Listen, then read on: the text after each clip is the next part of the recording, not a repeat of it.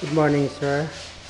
July 20, 2017, 11:22 in the morning. Nandito po ako sa Family Inn.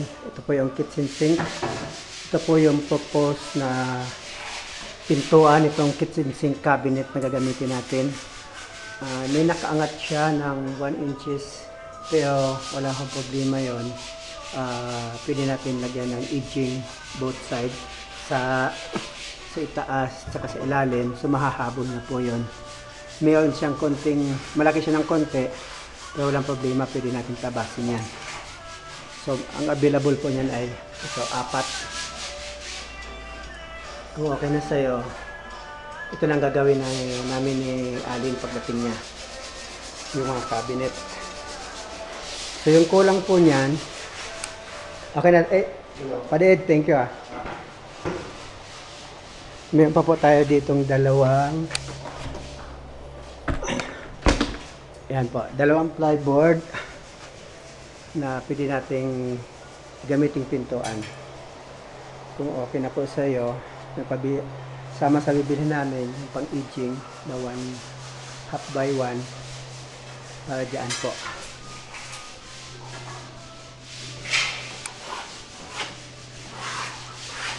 Dito naman po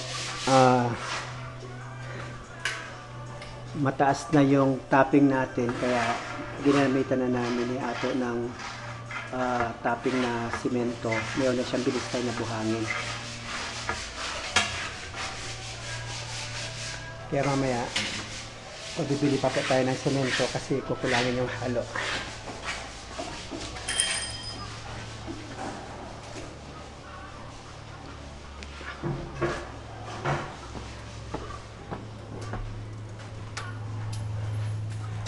Ngayon, andito na po si Joseph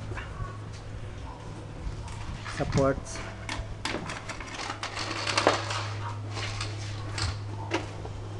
Magmamasil na siya. Naglalagay na siya ng fiber tape para hindi bumipitak yung mga kisame. Yan po, maluwag naman. Hindi naman nakakaharang yung andamyo niya sa daanan.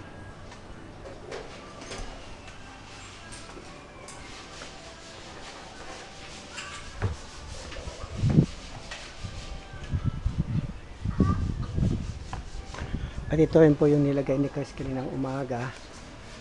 Kung okay na sa inyo, ipupulot na namin yan. Prefab na po siya. Yung cyclone wire natin dito sa labahan ng Family Inn. Ito sa may entrance ng roadside. Dito naman po sa room 1. Ito pa po yung kitchen sink, cabinet. I mean yung lavatory cabinet ng powder room ng room 1. So ipapabakit na namin yung pintuan dyan. Kung okay po sa inyo yung plyboard na yun lang yung gagamitin namin. Dito po nakalagay yung mga tiles na ginagamit natin doon.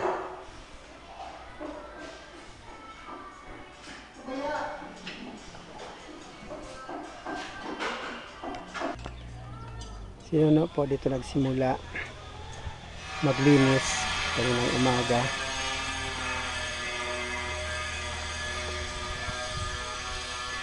Yan po, yung tinanim kong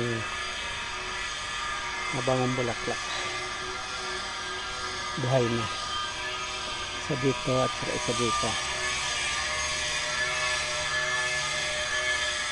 Sa baba lang po siya ng bibigato. Ito yung pababa sa may bayabas.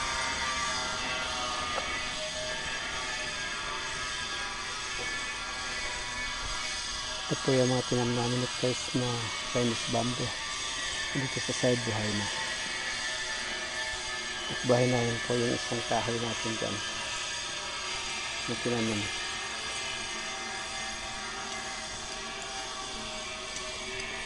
Dito siya nagsimula maglinis. Dito po siya ngayon sa may bayabas.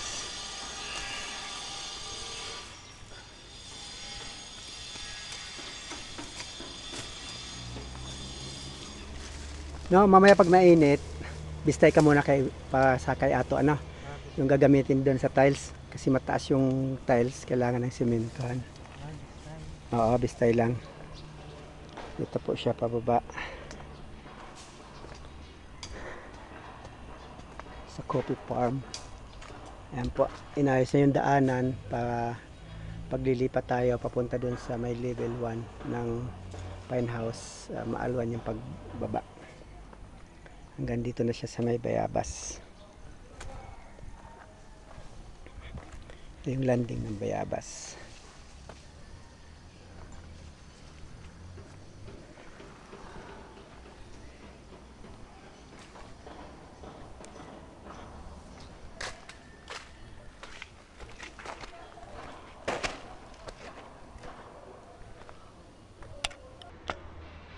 Dito naman po sa side ng papunta dun sa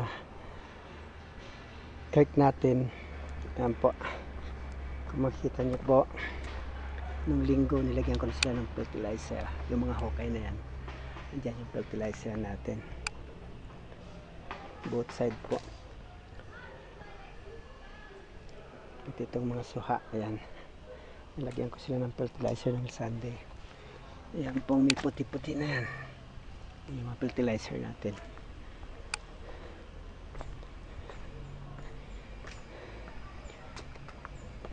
Yan po, ang laki ng bunga niya. Malapit ng mahinog. Dami siyang bunga. Yan, pangatlong beses ko na siya nilagyan ng fertilizer. Hanggang doon maraming bunga po. Dito po nilinis na ni Joseph yan. Kaya konting dahon-dahon na lang natuyo. Ito yung mga damo, wala po tayong damo dyan. Dito naman po, konti na lang yung susunugin. Nasunog na ni Joseph yan. Ayun, konti na lang. Pero dito malinis po siya.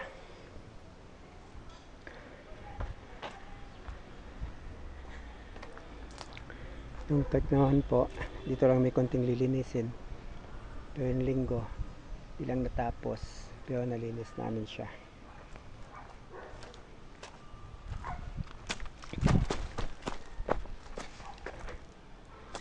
Ito po yung creek. Pag umuulan, ayan, naaagos yung tubig dito. Pero wala naman pong problema kasi malapit na tayo dito sa pinaka pangin niya. Ayan po. Ayan, mayroon pa mga bato na natangay ng malakas na agos ng ulan. Galing yan doon sa taas sa may kalsada. Ayan po, simula na naman gumiba, kaya may mga lupa dyan. Dito na ito sa may muhon natin. Ayan po, yung muhon. Pero hindi ito, natanggalan namin siya ng lupa ng linggo. Ito yung mga bato na inalis namin dyan sa kanal. Ayan po, kaya wala na tayong bato dito sa creek. Ayun po, pakita ko sa inyo yung inalisan namin ng damo ng linggo. Ayan po, ito yung original na daanan ng tubig, pero dahil sa natabunan siya, nadadivert na dito, kaya kinakain na yung bundok sa right side. Pero doon yung dating, yung sa pataas, yung dating creek pa naman ang dinadaanan. Ayan po, yung papunta sa taas natin.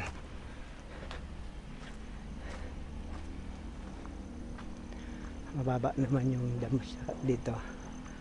At pagagapangan na ulit ng sayote.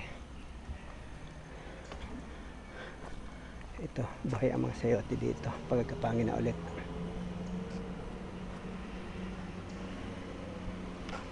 Dito naman po, kunti na lang yung laman ng nursery. Kasi nailabas na namin. Pwede silang i-expose sa araw. Kasi may mga ugat na.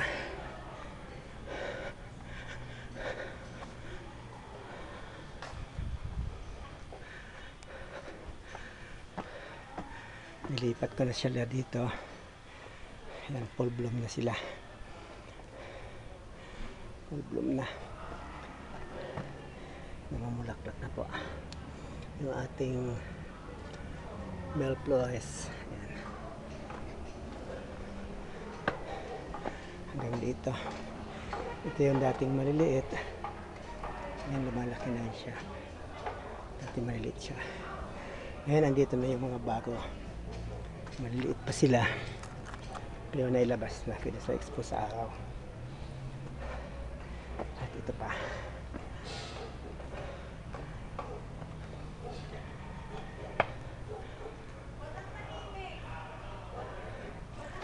Ayan, nandito na yung nursery natin sa tapat ng level 2 ng Pine House.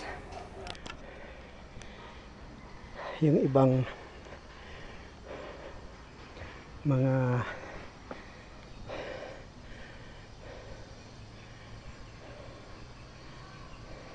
strawberry, ayan po, marami siyang bulaklak, may mga bunga.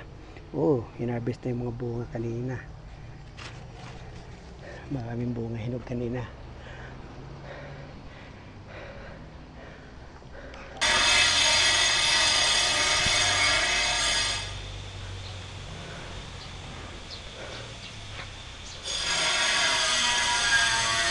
Ito po si GR dito sa gumagawa. Tapos ang kabila ng pinto. So mamaya pwede nang mapinturahan. Ni-repair namin yung mga butas at saka yung mga tanggal na aging.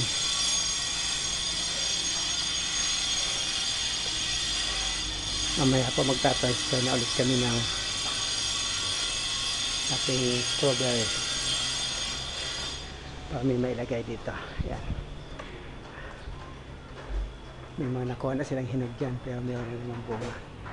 Tuloy-tuloy lang ang kanyang pamumulaklak. At yan, pwede na ulit ilagay sa lupa pero dugtong-dugtong na lang sila.